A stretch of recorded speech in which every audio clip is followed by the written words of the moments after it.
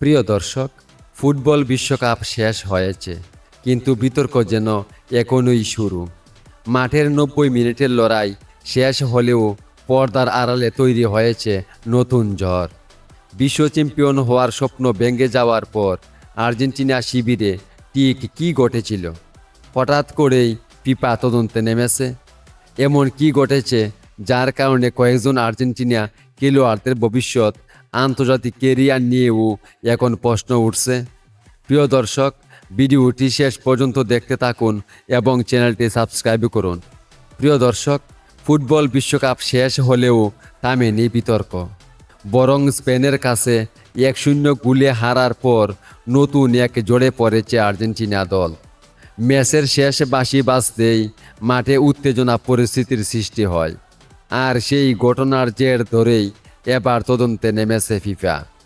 অভিযোগ রয়েছে আর্জেন্টিনার কয়েকজন খেলোয়াড় ম্যাচ কর্মকর্তাদের সিদ্ধান্ত নিয়ে ক্ষোভ প্রকাশ করেন এবং মাঠে এমন আচরণ করেন যা ফিফার শৃঙ্খলাবিধি লঙ্ঘনের আওতায় পড়তে পারে।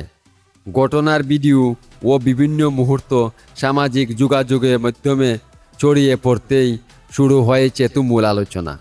ফুটবল প্রেমীদের প্রশ্ন একটাই, আসলে কি ঘটেছিল ফাইনালের শেষ বাঁশির পর?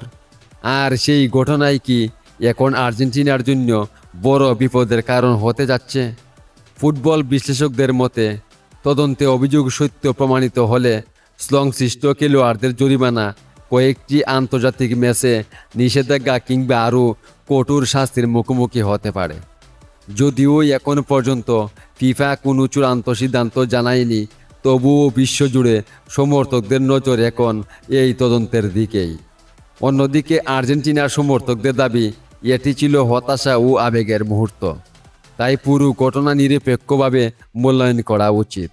তবে প্রশ্ন থেকে যাচ্ছে, ফিফা কি কঠোর বার্তা দেবে, নাকি সতর্ক বার্তা দিয়েই শেষ হবে এই বিতর্ক? এখন ফুটবল বিশ্বের অপেক্ষায় একটাই, ফিফার চূড়ান্ত রায়। কারণ সেই সিদ্ধান্ত শুধু কয়েকজন খেলোয়াড়দের নয়, আর্জেন্টিনা দলের ভবিষ্যৎ, আন্তর্জাতিক অভিযানের উপরও বড় প্রভাব ফেলতে পারে। প্রিয় দর্শক, এমন আরও বিশ্বকাপ আপডেট ও বিশ্লেষণ পেতে আমাদের চ্যানেলটি সাবস্ক্রাইব করে পাশে থাকুন। ধন্যবাদ সবাইকে।